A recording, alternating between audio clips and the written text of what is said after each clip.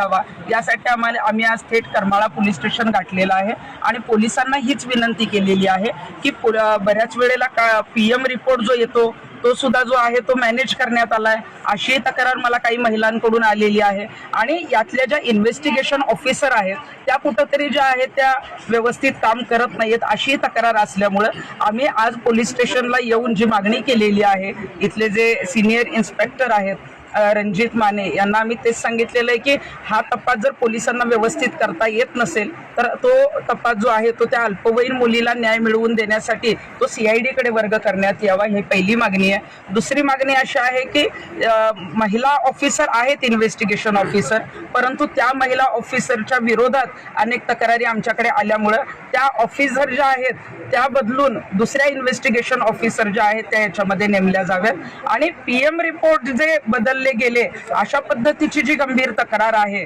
तर त्या संदर्भात मात्र PM रिपोर्ट नेमके इन कॅमेरा घेतले गेले आहेत का घेतले गेले नसतील तर का घेतले गेले नाहीत आणि जर PM रिपोर्ट बदलले जात असतील तर मग यापुढे महाराष्ट्रामध्ये अल्पवयीन मुली असतील पीडित असतील त्यांना न्याय कसा मिळणार। त्यामुळे या संदर्भामध्ये पारदर्शक तपास होणं गरजेचं आहे आणि या अल्पवयीन मुलीच्या आत्महत्येला जे जबाबदार आहेत मग ते अगदी कोणी याच्यामध्ये कोणी राजकीय नाव असेल कोणी शिक्षक असतील कोणी तरुण मुलं असतील ज्यांना लपवलं जात आहे पाठीशी घातलं जात आहे त्यांचा ताबडतोब जबाब द्यावा त्यांची चौकशी करावी आणि त्यांना जेरबंद करावं। मॅडम ह्या प्रकरणासंदर्भात गेले फेब्रुवारीमध्ये हे सर्व प्रकरण घडलेलं समजतं त्यानंतर आता 1 महिना ते 1.5 महिन्यानंतर ह्या प्रकरणात कुठेतरी उजेडामध्ये येतं एवढा उशीर का लागला 21 जानेवारी 13 फेब्रुवारी 2026 ला हा गुन्हा दाखल झालेला आहे आणि हा गुन्हा दाखल होऊन सुद्धा आम्ही जर बघितलं तर आता सुद्धा आम्ही पोलिसांना जेव्हा विचारलं की तिने जे काही तिचे जे CDR आहेत CDR तर 2 दिवसात मिळतात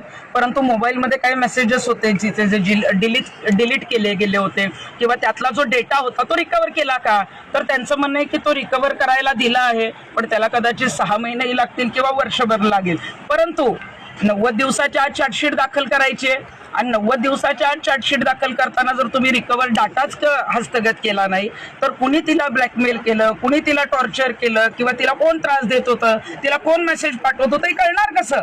त्यामुळे तो ताबडतोब SP-ना पत्रव्यवहार करून आपण तो रिकवर डेटा मागवून घ्यावा आणि त्यांचं म्हणणं आहे की 13 एप्रिल 2026 ला 60 दिवस पूर्ण होणार आहे 60 दिवसाच्या आत आम्ही चार्जशीट दाखल करणार आहे पण चार्जशीट दाखल करताना ती कुठलीही चार्जशीट जी आहे ती स्ट्रॉंग पद्धतीने दाखल होणं गरजेचं आहे आणि त्यासाठी हा रिकवर डाटा महत्वाचा आहे। रिकवर डाटामध्ये ज्यांची नावं येणार आहेत त्या सगळ्यांची चौकशी होऊन जो दोषी असेल त्यांना आरोपी करणं गरजेचं आहे। ही लैंगिक अत्याचाराच्या काही घटना घडलेल्या आहेत त्या संदर्भात देखील काही तक्रारी आपल्यापर्यंत आल्यात का कुठे करमाळा तालुक्यात आता कालपासून मी जेव्हा येणार आहे मी जेव्हा मेसेज केला सगळ्यांना तेव्हा बऱ्याच तक्रारी येत आहेत बऱ्याच तक्रारी ज्या आहेत त्या पोलिसांच्या विरोधात पण आहेत काही शेतकऱ्यांनी मला फोन केलेला आहे की करमाळा पोलीस स्टेशनला आमच्या अनेक तक्रारी आहेत परंतु आमची बाजू ऐकून घेतली जात नाही आम्हाला न्याय दिला जात नाही किंवा काही जणांनी मला फोन केला की तिथं आम्ही तक्रारी अर्ज घेऊन गेलो तरी आम्हाला फक्त बसवण्यात येतं आमचं ऐकून घेतलं जात नाही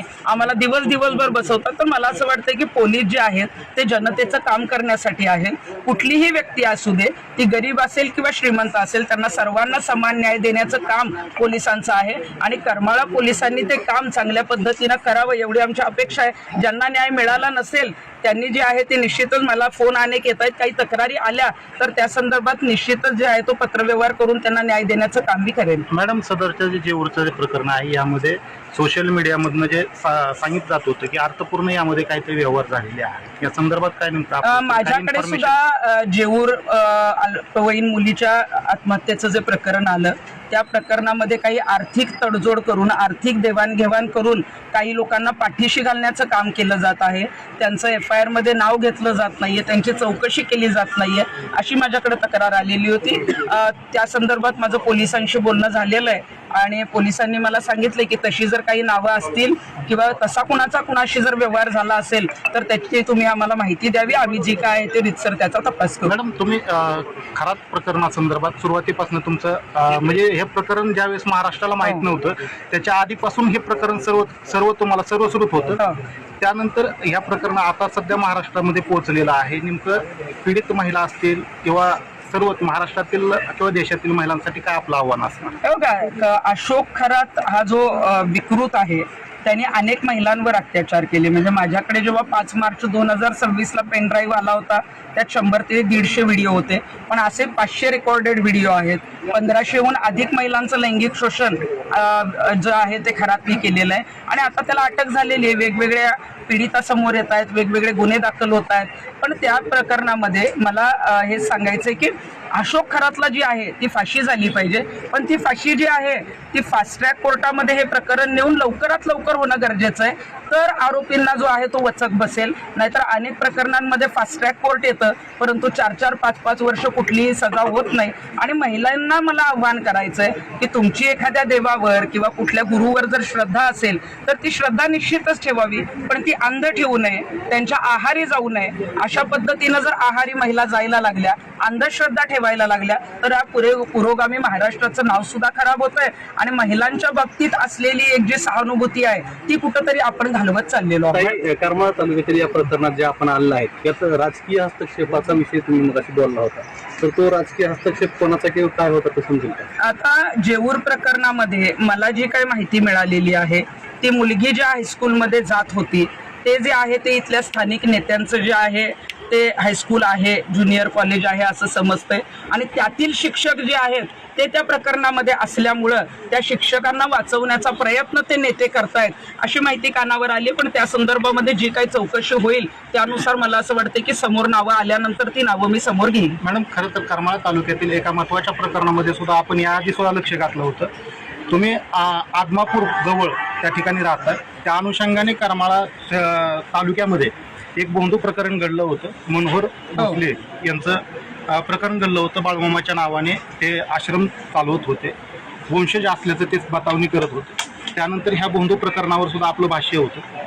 ह्या सर्व प्रकरणामध्ये कसं बघताय, कारण की आता सुद्धा त्या बाबांना आश्रम करमाळा तालुक्यामध्ये मोठ्या प्रमाणात थाटलेलं दिसून येत आहे आणि मोठमोठे राजकीय नेते आणखी सुद्धा त्या ठिकाणी जाता येताना दिसून येत आहेत. मनोहर भोसलेंच्या माध्यमातून ज्या पद्धतीनं भक्तांची फसवणूक होत होती त्या संदर्भामध्ये 2021-22ला मी आवाज उठवलेला होता आणि त्यावेळेला मला असं वाटतं की उंदरगाव नावाच्या ठिकाणी त्यांचा तो आश्रम होता, तो आता बंद केलेला आहे. मग तो बंद का केला? किंवा तिथं जर खरोखरच चांगल्या पद्धतीनं जर भक्तांची काळजी घेतली जायची, तिथं जर काही बोंधुगिरी नव्हती, तिथं जर काही अंधश्रद्धा पसरवली जात नव्हती, तर तिथून दुसरीकडे पळून जाण्याची त्यांच्यावर का वेळ आली? आणि मनोहर भोसले जे आहेत ते स्वतः जे आहेत ते स्वतःला बाळूमामा समजतात किंवा त्यांचे जे अनेक फोटो आणि व्हिडिओ आपण सोशल मीडियावर बघतो, अगदी नितीन गडकरींपासून अनेक नेते जे आहेत त्यांना घरी नेऊन त्यांची पाद्यपूजा करणं, त्यांना जे आहे ते गुरु मानणं असं करतात. मग अशोक खरात सारखं प्रकरण आल्यानंतर या नेत्यांना कळणार आहे का की अशा लोकांच्या आहारी जायचं नाही? त्यामुळे मनोहर भोसलेंच्या बाबतीत जे प्रकरण 2021-22ला आलं होतं, मला वाटतं ते राजकीय नेत्यांनीच दडपलं असेल. आणि जर मनोहर भोसलेंच्या माध्यमातून अशा पद्धतीची बंधुगिरी काही चुकीचे प्रकरण होत असतील तर निश्चितच त्यांच्यावर तर कारवाई करण्यात यावी, त्यांची चौकशी करण्यात यावीच. परंतु राजकीय नेते मनोहर भोसलेला भेटायला का जातात?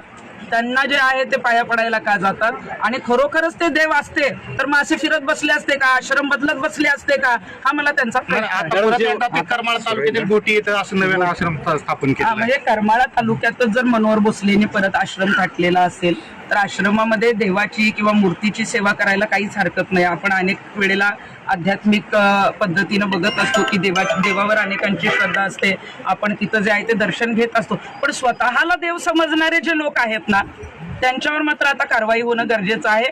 खरातचं प्रकरण समोर आलं कारण काही व्हिडिओ आले, मग काही व्हिडिओ आल्यावरच इतरांचे डोळे जे आहे ते उघडणार आहेत का?